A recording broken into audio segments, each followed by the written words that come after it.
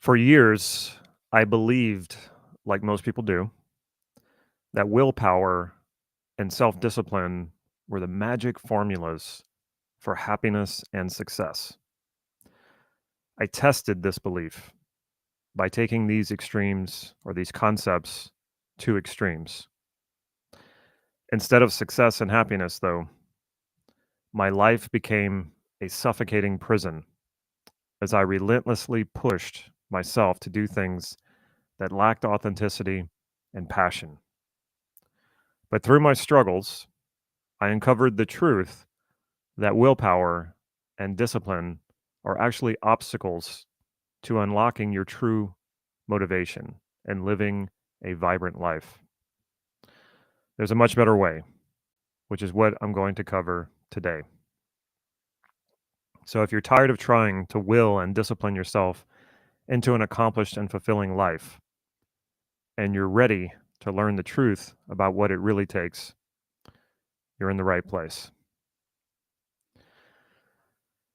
Before we before we get into this, I know some of you take notes, and I think that's really cool that you do that. But for this one, and so I'll ask this for certain lives, I want you to just listen. So put your pen and paper down or stop typing. And the reason why, well, two reasons why this will work better. I just want you to get an understanding of what I'm saying. And when you're taking notes, you're not going to get the full understanding. Also, this is recorded, so you can come back and watch it as many times as you want. And there is also in the description right below this video, if you're on YouTube, I'm not sure if it's there if you're watching from Facebook, but definitely on YouTube, right below the video is a PDF that you can download. That's a checklist that goes over everything that I'm talking about here. Well, mainly the important parts. So you don't need to worry about taking notes. Just listen, get that PDF. Come back later if you want to take notes. But I think you're going to get most of what you need just in my explanation of this, as well as the PDF. Okay. How many times have you scolded yourself for not having enough discipline and willpower? You're trying to achieve something and you give up or you make a mistake, splurge somewhere here or there, get lazy, procrastinate, and then you curse yourself for that. And you say, what's wrong with me? I need to be more self-disciplined. I need more willpower. I want to come back to that. Starting when I was about a teenager, and then periodically throughout my life, people would give me the compliment that I was very disciplined or that I had a lot of willpower. And this confounded me because I didn't understand what they meant.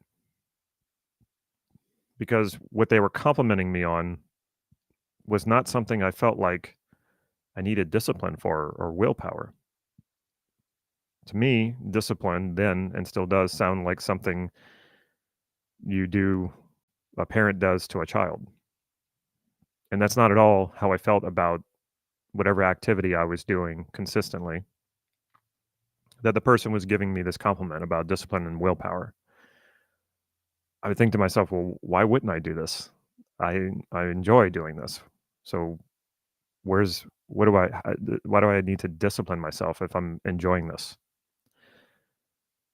I was doing a lot of yoga at one point, 6 days a week, and it was a very intense form of yoga called Ashtanga, and I got that compliment a lot. "Oh, you have a very disciplined practice. You're very disciplined about this." And I was like, "These people have no idea how much I enjoy doing this day after day." I don't do that anymore. That much yoga. I still do the practice, but not that much. But I was enjoying myself, so it didn't feel like I was disciplining or willing myself. I was naturally motivated to do it. But to the outsider, that looked like discipline and willpower. Maybe because they wish that they could do it or be that consistent about something and they just weren't. Maybe that's why. I'm not sure. What does it really mean to will and discipline yourself? Well, I found out because I bought in to this idea of willpower and discipline, especially when I moved to Los Angeles, and everybody's very competitive there. And I thought, okay, this is where, I need to buy into these concepts of willpower and discipline and really work hard. And someday I'll be the success that I want to be in LA. My life became very robotic. I lost a lot of the joy and passion that I had, even for some of the things that I was doing that I would naturally do anyway. But now I had to be disciplined about it and will myself and focus that way. And it really took the fun and the joy out of what I was doing to the point where I would stop doing it for a while, for long periods of time. But I wasn't convinced. I wasn't convinced that the problem was with willpower and discipline. I thought it was with me. I got to change. I've got to be more disciplined, have more willpower. So I pushed even harder. And what ended up happening is it pushed me to the point of quitting entirely what I was doing, the reason I was there in LA. And then later I shifted gears and moved to Santa Cruz to open an insurance agency, and I employed the same thing. Well, if I'm really disciplined and I really use that willpower, I'm going to be successful. And basically I just repeated the same mistake and landed myself in a depression. So, and I wouldn't say that that was the last time that I tested willpower and discipline to try to use it to make myself successful. It wasn't the end of my relationship with those two concepts. At a certain point, after studying enough NLP and that was working for me, and then understanding values and understanding that where true motivation is in my values. Like when you elicit your values enough, you will get to that point where you understand, like, that is what motivation is. It's not this thing that is up in the air somewhere and you're lucky if you can get your hands around some motivation and bring it into your life. It's not that. It's inside you. It's always inside you. It's always based on your values. So that started becoming more and more clear to me. The more I connect with my values, the more clear I am about my values, the more I'm naturally motivated to move toward the things that I do that fulfills those values. And then from time to time, you encounter resistance still. And I covered this on an earlier live. So if you didn't see it, make sure you put that on your list to watch, because I'm not going to go into depth about resistance here. But when we encounter resistance, a lot of times that's the time that we think, oh, it's time to break out that willpower. It's time to break out the secret weapon, self-discipline. And actually, if you do that, I can almost guarantee you, you're going to make this a miserable experience. You will most likely quit because it'll take all of the true motivation and joy and fulfillment out of it. And then if you quit, you're probably going to scold yourself and be angry at yourself for not having enough willpower and enough discipline. The very things that wrecked this endeavor for you, you will likely think that the problem was you didn't have enough. You didn't have enough of that. And then if you do succeed and you use willpower and discipline, because it's a real thing, you use that willpower and discipline to succeed. You crush the part of yourself that's resisting, which is a valid part of you, because all parts of you are valid. But you crush that part, you push it away, you repress it and drive it into unconsciousness, where it has actually more power that way than it does if you're fully aware of the resistance. And you succeed. You check that box, you cross that finish line, you say, I've accomplished. How fulfilling is that when you've had to crush a part of yourself in the process? It's not. It's the opposite of fulfillment. Fulfillment is not just being happy or just being joyful. Fulfillment is when you're in sync with yourself, when you're in sync with your values, and your fulfillment comes when there's no resistance. that you're just doing it. It's the state of that would be a state of flow. When you've been in states of flow, we've all experienced them, right? How much willpower and discipline were you employing at that point? Zero. If you tried to bring willpower and discipline into a state of flow, you would destroy it right there. Why? Because you have to be self-conscious to use willpower and discipline. And the flow state is the opposite of self-consciousness. It's when you sort of lose that, you forget that idea, or you're not invested in that idea of self, and you're not self-conscious, and you're not worried about what people think of you. You're just doing your thing, and you're in sync and in flow with yourself. No willpower and no discipline necessary. Because think about what you have to do in order to believe in these concepts, or to believe that this is what you need. Like I said, discipline always sounded to me like something a parent does to a child. So, what kind of relationship do you think you have with yourself when you're focused on self discipline and willpower?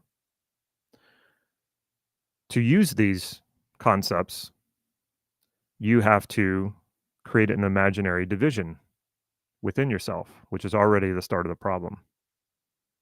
Anytime you perceive yourself as divided, you're in trouble, because you can't be fulfilled when you're divided. You can't be whole when you're divided.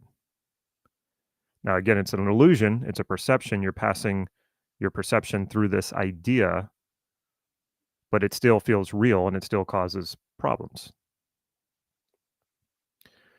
So, when you talk about self discipline, that implies there's a part of you that does the disciplining, and then there's another part of you that is disciplined. And here's your duality: one part of you fighting the other part of you. Now, when you start to understand that, does it make sense now why, after a while of being really disciplined, you sneak out and go binge on Netflix and eat a bunch of stuff that's not healthy, and you go and splurge in some way, or you go on a procrastination binge? What is that? That's that other part of you that's being disciplined, that's like looking for any time, any moment it can get out and have some fun and do something when the discipliner is not paying attention. Now, this is an analogy of what we're talking, what we're talking about here. The truth is you're never truly divided, but you can impose that on yourself. And many people do, in fact, take a parent-child style relationship with themselves. They probably take how they grew up, and a little part of them has frozen in that childhood if they were disciplined very strongly by their parents. And then there's another part that sort of takes on that discipliner mode, that parent mode. And once that person leaves the home, or the parents, because they have that paradigm still inside of them, or that's how they grew up, they act that out later in adulthood. They play that out. So if you're dividing yourself and you're disciplining and you're being disciplined, first of all, even if those things didn't do all the bad things that I just mentioned that they do, what an inefficient way to go about this. Completely inefficient to do it this way. To divide yourself and impose these things on yourself. And like I said, even if it succeeds, this is not enjoyable. So let's say you spend a year or two playing out this role of disciplining yourself and willing yourself to do things. I mean, right there, it implies if you have to will or discipline yourself, that you're not enjoying it, that you have to push, that there's an imaginary self that you have to then push and cajole and whatever to get you to do these things. It's obvious that part of you is not in alignment with this, not on board with this, but you're trying to, you know, push and shove this part into obedience. And let's say you spend a year or 2 doing that so that you can achieve something, and then you achieve it. I assure you it's not going to be very fulfilling because it was not if it's not fulfilling along the way to achieving something, chances are that that moment that you finally achieve it, it's not like fulfillment comes raining down on you. It doesn't work that way.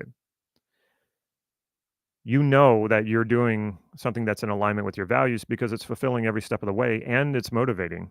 It's its own motivation, which makes the achievement itself not as big of a deal. And that's the way I think it should be because we shouldn't put so much emphasis on a fulfillment creating our on an achievement creating our fulfillment. It's it's too high of a bet. Why would you do that? Why don't you spend most of instead of spending those 1 or 2 years making yourself miserable through willpower and discipline to achieve something, why not spend those 2 years really doing the things that you enjoy, that you're motivated to do, and then along the way, you're going to accomplish some things for sure. But the accomplishments aren't the important part. The important part is that you're spending your time, spending your life, the majority of your waking hours doing what really fulfills you, which is not some people say, well, you're just saying like go off and play and do what no, no, no. Like true joy, true happiness is an engagement with life, which involves work and involves maybe a lot of things that other people will look and say, wow, I wish I had the discipline and the willpower to do that. And you're going to be like, no, this is not willpower and discipline. This is me enjoying myself, engaging in life, doing what I really want to do.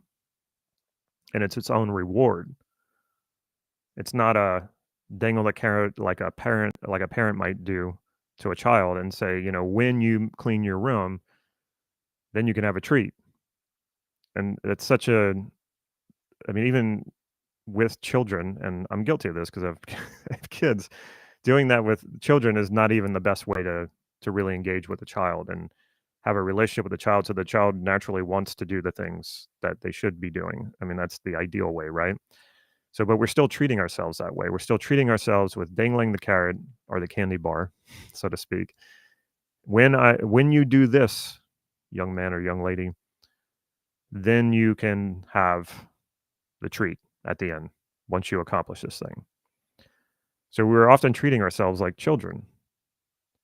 No wonder it's not working very well. It's no way to live.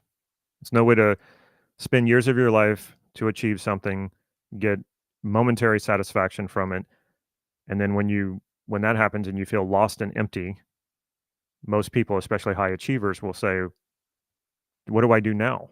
Now I feel not only do I feel empty, I feel purposeless. Oh, I guess I should set another goal and then spend another 2 years willing and disciplining myself to achieve that, hoping that that's where the ultimate fulfillment's going to be, even though for those 2 years coming up, it's gonna be anything but fulfilling. And then you get there again, and sure, you have a little bit of a celebration and satisfaction because it always feels good to accomplish something, but that evaporates very quickly. You feel empty again and purposeless again, and then you go, "Well, I guess I need to get back on that hamster wheel, set another goal, and will and discipline myself to achieve that." And people spend years and years of their life doing exactly that. And if you start early and you're a high achiever early, that midpoint around your early 40s or mid 40s, when you have a complete breakdown, midlife crisis, because you've realized majority of your life has been spent mostly willing and disciplining rather than enjoying it. And then you realize you only got about half left of your life. And you know that you don't want the rest of it to be that way, that you actually want to try to find true fulfillment and enjoyment in your life.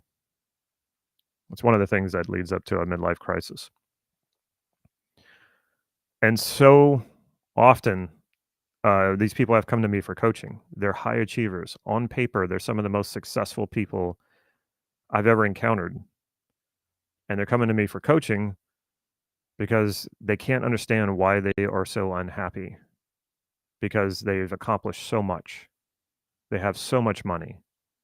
They have everything their parents and society told them that they would get if they worked really hard and had willpower and discipline. And so they cannot figure out why they're not happy and not fulfilled. And for me, it's pretty easy to see when they come to me and they're telling me who they are and what they've done. And I also warn these people when we begin coaching. I say, be careful, because at the end of these coaching sessions, you might end up quitting your job. That's happened more than once. I had a guy come to me one time wanting to do better in sales at the company that he was working for. And so I asked him what he thought the problem was. And he had a military background. And he said, I don't think I'm disciplined enough. I don't think that was basically how he put it. I really don't think I'm disciplined enough. I need to be more disciplined. And so I didn't say anything right then. I didn't want him to push back on me saying, well, that's the problem. So we started working, and eventually when he got clear about his values and we installed those values as qualities of who he is, the next coaching session he said, Damon, I'm going to quit. He said, I realized I don't want to do this. I don't want to do sales. That was the problem. The problem wasn't that I wasn't disciplined enough. The problem is I just don't want to do this. And I said, okay, are you sure? You sure? And he's like, I've thought about it through and through. I've never been more clear. And so I said, well, what do you want to do? He said, I like being a leader. I like kind of what you're doing, being a coach. But he didn't want to really be like a coach like me. He wanted to do something slightly different, but he wasn't even sure. He just was sure that the way he was going about this was not the right way for him.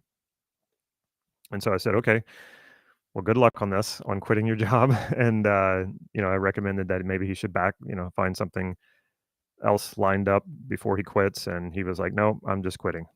I was like, okay. So the next week he came back for another session. And I said, so tell me about quitting your job. And he said, well, it's kind of interesting. They wouldn't let me quit.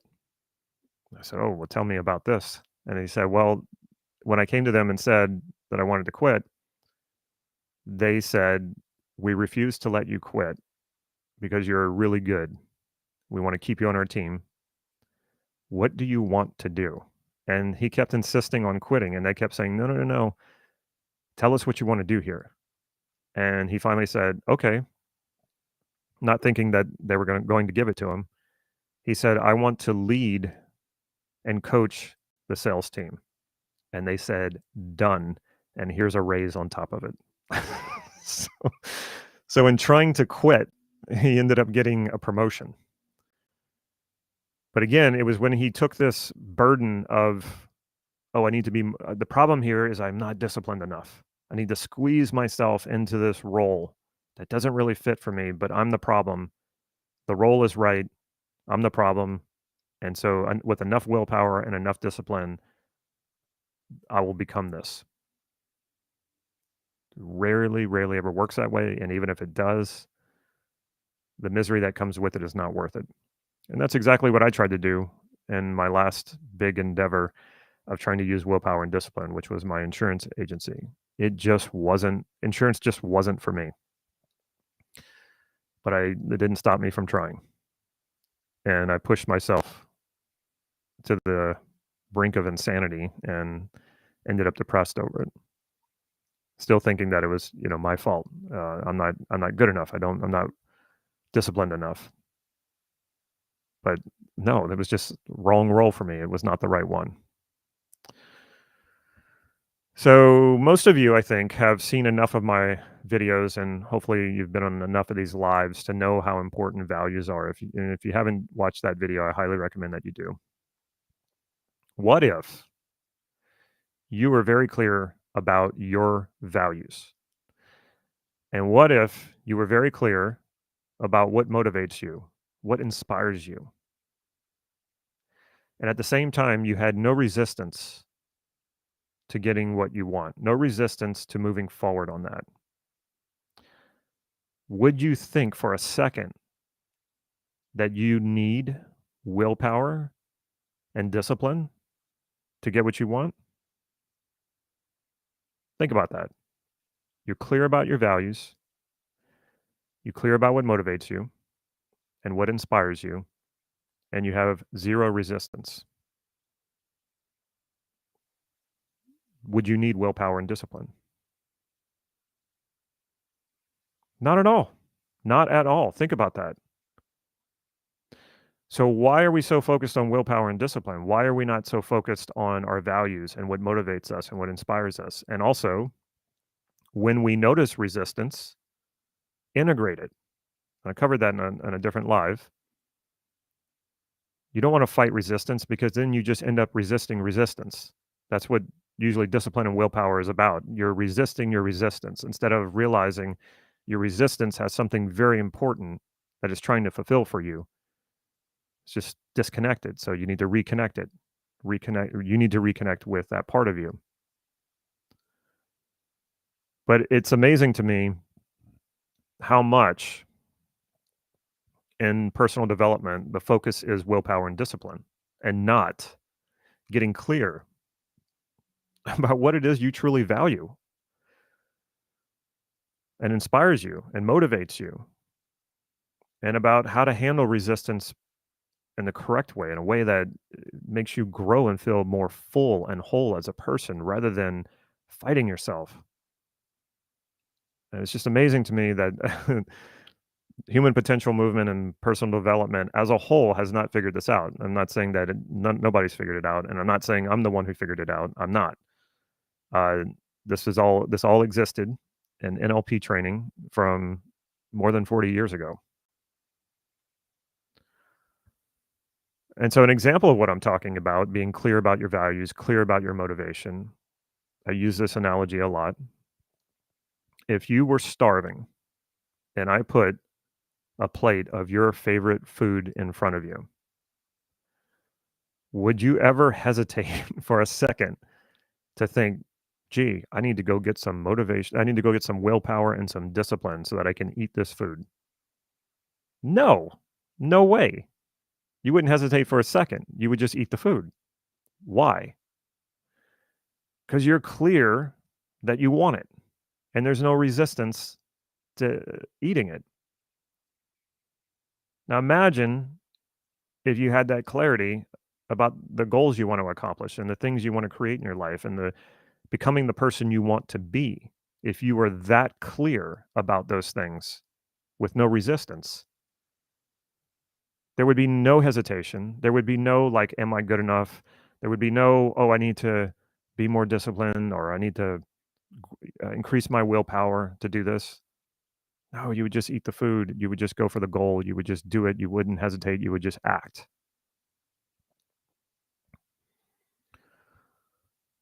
So save yourself a lot of trouble and stop thinking that everything needs to go through discipline and willpower because it doesn't. It's completely unnecessary. Now, you might need some other things like focus. You might need to increase your focus. That's important. You may need to become more organized. That's a thing. And you may need to tap into your motivation, which is there in you already. It's not something to find outside of yourself. It's already inside of you. And like I said, it's your values. Your values, when you connect with them, are pure motivation.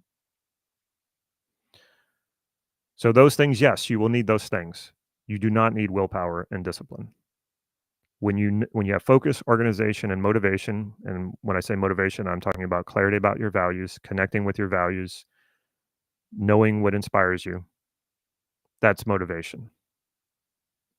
And that is self-contained. That is inside of you. The moment you look outside of yourself for motivation, you're asking for trouble.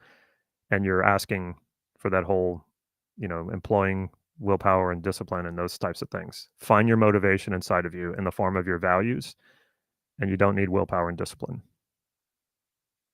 And you will save yourself a lot of trouble, a lot of stress, a lot of misery, a lot of pain.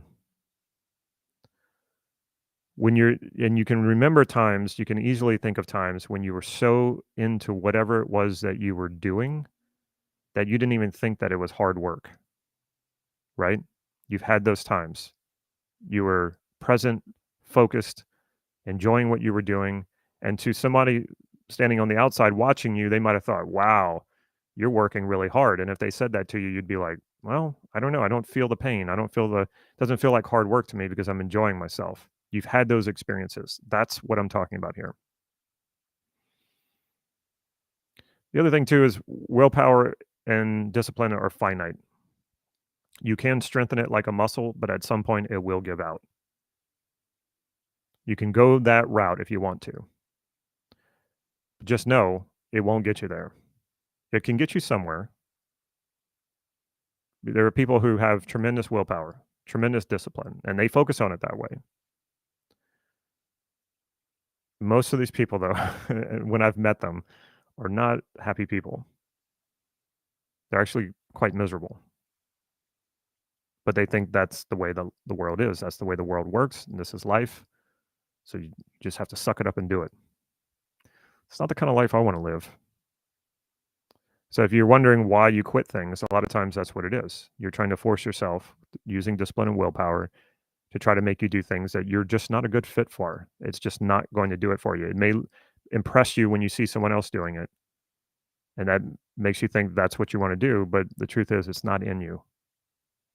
And that can be a hard thing to admit to ourselves sometimes. It took me years to finally admit that to myself in my insurance office that this was just not for me. And then when I said that to when I finally was able to admit that to myself and I started telling people, they were like, "Yeah, we knew that all along. What took you so long?" Well, resistance, trying to use willpower and discipline to force myself into being something I wasn't. That's what stopped me from understanding it, though I knew it deep down inside the whole time. So I'm not trying to say that willpower and discipline are of absolutely no use. Maybe they can be good initially for getting you off the couch, getting you going, taking that first step. But just remember, it will give out at a certain point, meaning that relying on them as long term strategies for success and happiness is a recipe for misery. Your will give out at some point, and then you'll likely beat yourself up for not having enough willpower, or you'll succeed and feel empty and miserable because you had to nearly break yourself in half to achieve the goal. And that's not what fulfillment is. All right, so like I said, in the description below this video is a PDF, and it's a checklist. I think it's called the Better Than Willpower and Self-Discipline Checklist. I highly recommend that you download that and even print it out. Something about printed paper is just different than it being on your computer. Also, before we go, and I'm about to look at your questions if you have any here in the chat. What is your big takeaway from this? Write that down. Even better if you share it with everyone. It'll solidify it in your mind better. You're more likely to take it with you when you write stuff down. And then sharing it with everyone here helps us feel like we're all in this together. We're not doing this all separately. We're all in this together. We're all helping each other become the people we want to be. Are we not? Okay. Let's see here. Biggest thing that makes me feel like garbage is when I don't keep promises I've made to myself, even as small as not going for a walk when I said I would. Okay. My guess would be there's probably some resistance there, and it's just a matter of calling on it and getting clear about what is that resistance. And I get the whole promising yourself things. Sometimes, now a walk is pretty simple, but sometimes we promise ourselves things that are way too big for us. And yeah, it feels terrible when we feel like we break a promise to anyone, including ourselves. But then go ask yourself, whatever it was that you promised, was it fair? that you promised that to yourself. It might not have been. I know I promised things to myself. It was just completely unfair for me to think that I could promise myself such a thing. And if you think about, especially, I don't know what it is about making promises to our kids that's the hardest one. If you've ever broken a promise to your children, uh, why is that so difficult? I'm gonna have to take some time to explore that. But you get really good when it comes to other people at making promises that you know you can keep. And most often, we're more likely to keep a promise we've made to someone else than we are to ourselves. And that I think there's a good argument to be made or discussion to be had about whether or not it's even a good idea to make a promise to yourself. Maybe in some cases, but probably not all cases. Procrastination, binge. He's got cameras in my home. I don't have cameras in your home. I just know what it's like to be human, right? We all do this. See, I'm a good manifester, but there are a few things which I just cannot manifest because of the negativity which I have associated with that. How can I remove that negativity and manifest it successfully? So when you get into these um, ideas about manifesting, it gets really nebulous and hazy, and you start to get into those things about like vibrations, positive vibrations, negative vibrations, and somebody's, if you're not vibrating on the right wavelength, then you can't manifest what you want. That's just a metaphor, and I think it can be useful as a metaphor. But the problem is when we start believing metaphors are true, like they're actual reality, they're not. And I think this is where religion goes wrong a lot. So, like, if you have a religion and people want to practice that religion, and that's all fine, that's all good, it makes you happy and all that. But when you start taking stories in the Bible and metaphors and start applying them as if they're actually real, then we start running into trouble. It's like, no, they're just metaphors. They're teachings. We want to take the teaching, but not think that like this is how reality actually is. So I would need more information about what you mean by being a good manifester. Is it about, you're good about deciding you want to do something, and go and do it? Right on. Like, I'm all for that. And this negativity that you're associating with, like, what is that? Is that people you're associating with that are very negative? Well, I mean, if you're around people who are tearing you down, yeah, get away from them. That's not helpful. Um, so other than that, that's I, I need real details to help you with that. Let's see. My development journey, I've learned that discipline may be the process of becoming my own disciple. You would have to explain more to me what that means. Sounds like the daily struggle, my daily struggle. Let's see. What about resistance from subconscious programs? Yeah, I mean, you got to bring that into consciousness to deal with them. Some people would say, no, you can do hypnosis and handle it that way. And some very skilled hypnotists can probably do that. For me, working in hypnosis is kind of like working in the dark and hoping it all works out. And I'm much more literal, and I like to see things, and I like to bring it into the light, work on it, and then let it go back into unconsciousness. So your unconscious programs, that is resistance. So I don't know what other kind of resistance you're talking about, unless you're talking about external resistance, and that's a completely different issue. Values are unclear or pure motivation. Good. Okay.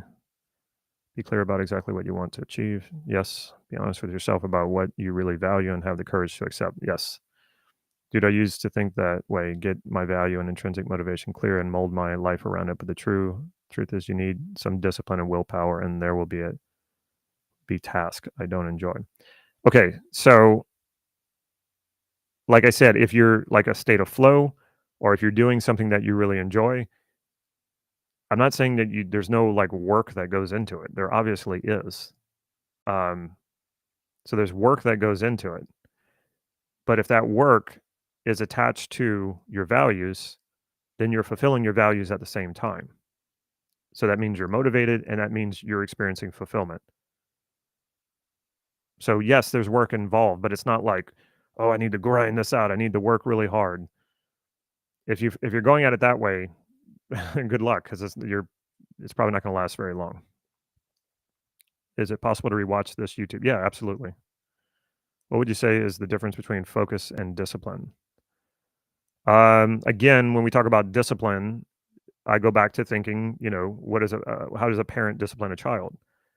And then when you look at it, when you apply discipline to yourself, that's typically how you're doing it. You're treating yourself like part of you as a parent, part of you as a child, and you're going to sit down. And I actually thought about myself this way when I was trying to become a writer in Los Angeles. And I was basically like, you're going to sit yourself down and you're going to write, and you're going to write for hours and hours and hours. And eventually something great's going to come out of it. It didn't work that way.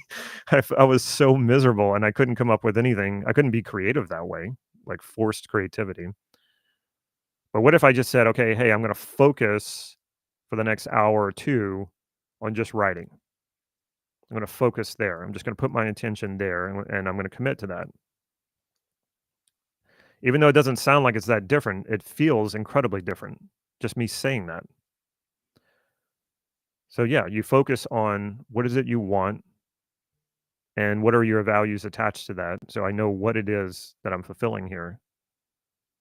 And that creates focus. But saying, sit down and do this for 2 hours, 3 hours, and don't get up until you're done. That's what discipline is like. So am I stuck on what my unconscious likes or dislikes? I mean, in your case, you liked yoga, but not the jobs in LA and Santa Cruz. You didn't choose it.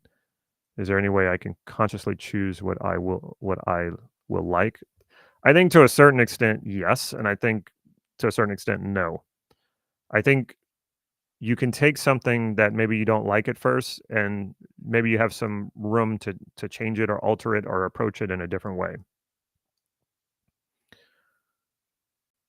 And things don't always feel enjoyable after a while. Like I don't get the same fulfillment out of yoga, doing yoga every day that I used to.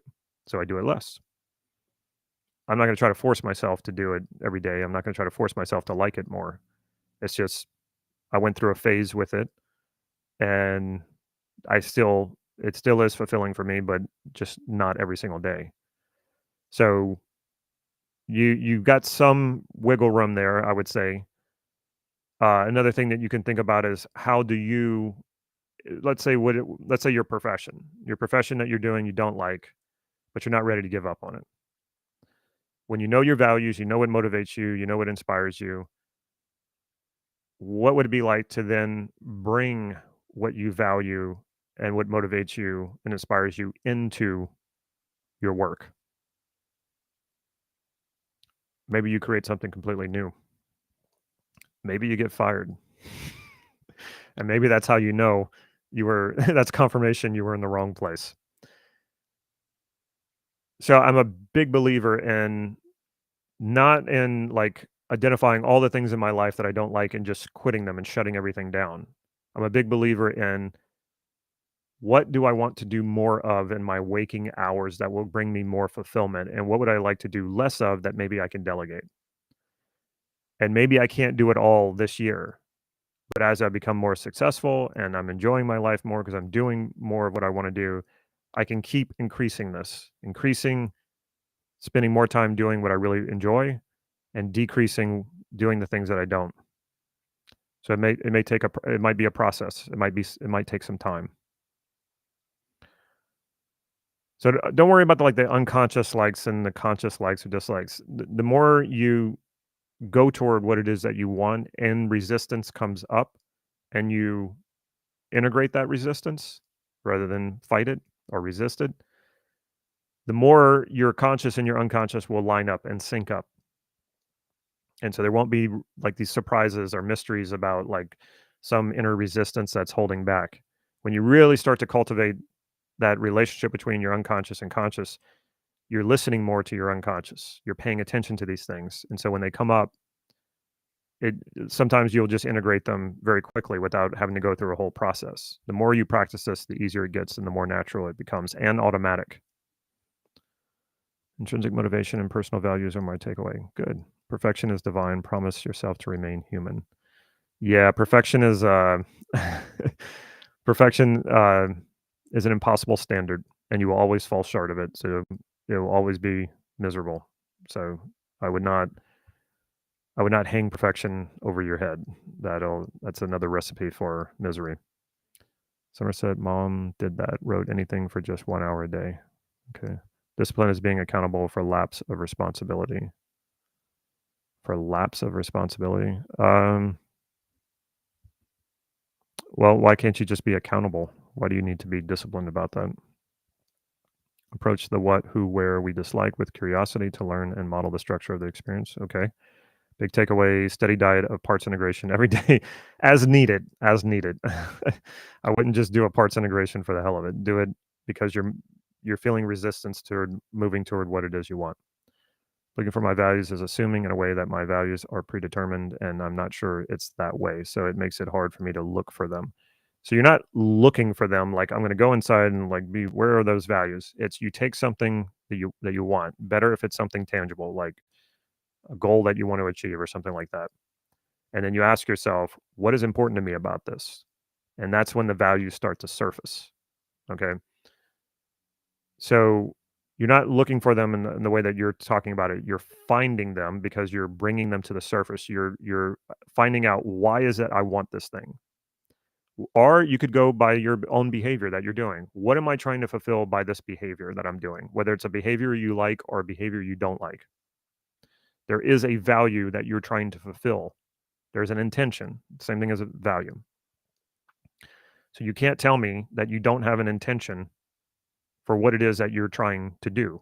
With every behavior, every choice you make, there's an intention behind it. So start there. Find out what those intentions are. That's a value. What intention are you trying to fulfill? Which is the same as saying what value are you trying to fulfill by what it is that you're doing, by what it is that you're wanting, by what it is that you're deciding to do, the choices you make. That's really important. And if you just say, well, that assumes that my values are predetermined, and you're gonna miss out on all of that. Okay, I don't think that they're like 100% predetermined. I think your values evolve and they change, especially as you fulfill them. So they're not like a static thing that you find and that are predetermined. Their values are what you grow with your values. As you fulfill your potential through your potential grows. So it's not like such a predetermined thing. So if you miss that and because you believe like, oh, I don't want to think of them as predetermined, you're going to miss a huge lesson. You're going to miss out on a lot of fulfillment. You're going to miss out on a lot of self-discovery. So your choice. Fulfilled values makes it keep going physically and mentally. Is resistance the same as doubt? Yeah, doubt would normally be a form of resistance. Late to the stream, where do you start with this kind of self-work? 3 essentials, initial steps. Start with these lives. I'm giving so much in these lives. Think about these lives as a piece to each one is like a piece to a puzzle, the puzzle that you're wanting to solve here. And I'm not saying that the combination of all my lives completes the puzzle. I'm not that arrogant. But they are pieces, and they're there to help you put this together for you. I noticed like your take on the word power, discipline is bias. Spanish speaker where power is an auxiliary verb like to can, and you may be surprised about the etymology of discipline. So I think what you're saying is power is about ability, right? I think that's what you're saying. And I'm going to cover this in a future live. And what I would say about that is, okay, if we're talking about ability and capability, why do you need power? So like, why can't I just say, I want to be capable of doing this or doing that? Why do I have to be like, I need the power to do that? No, you don't. You don't need power. And you don't need discipline. Why do you think discipline has to be violent? Did I say that? This conversation is getting interesting. Did I say that discipline has to be violent? The intention is usually toward a better outcome than present experience percent of the time. Yeah. So what specifically are you trying to fulfill? The better you understand that, the more likely it is for you to fulfill it. Appreciate the answer. How often are the lives? Right now they are daily, but it won't be that way. That's a 30 days of lives. And we're on day what? We are on day 12? Yeah. Thanks for the awesome marathon insight. You're welcome. Um, kind of wish we could do more of this. I'm liking the exchange, the back and forth. And I like it when people challenge me. I actually do because I feel like there's lots to that can be learned from people challenging this stuff, and I can certainly have more to learn myself. Also helps me to be able to speak this more clearly when people question it. So those of you who are questioning me, like, let's see, what's his name, Wilfredo. Uh, I'm I'm glad you're doing it. I appreciate it. Keep doing it. We can disagree and still be friends. I do need to go though because I got something coming up in a few minutes. But I have really enjoyed this and really appreciate you being here. I love sharing this with all of you, especially those of you who are showing up live every time. Love it. There's nothing quite like this live interaction, doing this all together, knowing that we're all here right now doing this. Um, it's so engaging. And then, of course, those of you who make it a point to watch these lives on as they're replayed on YouTube, certainly appreciate you as well. Okay, I will see all of you tomorrow. Take care, everyone.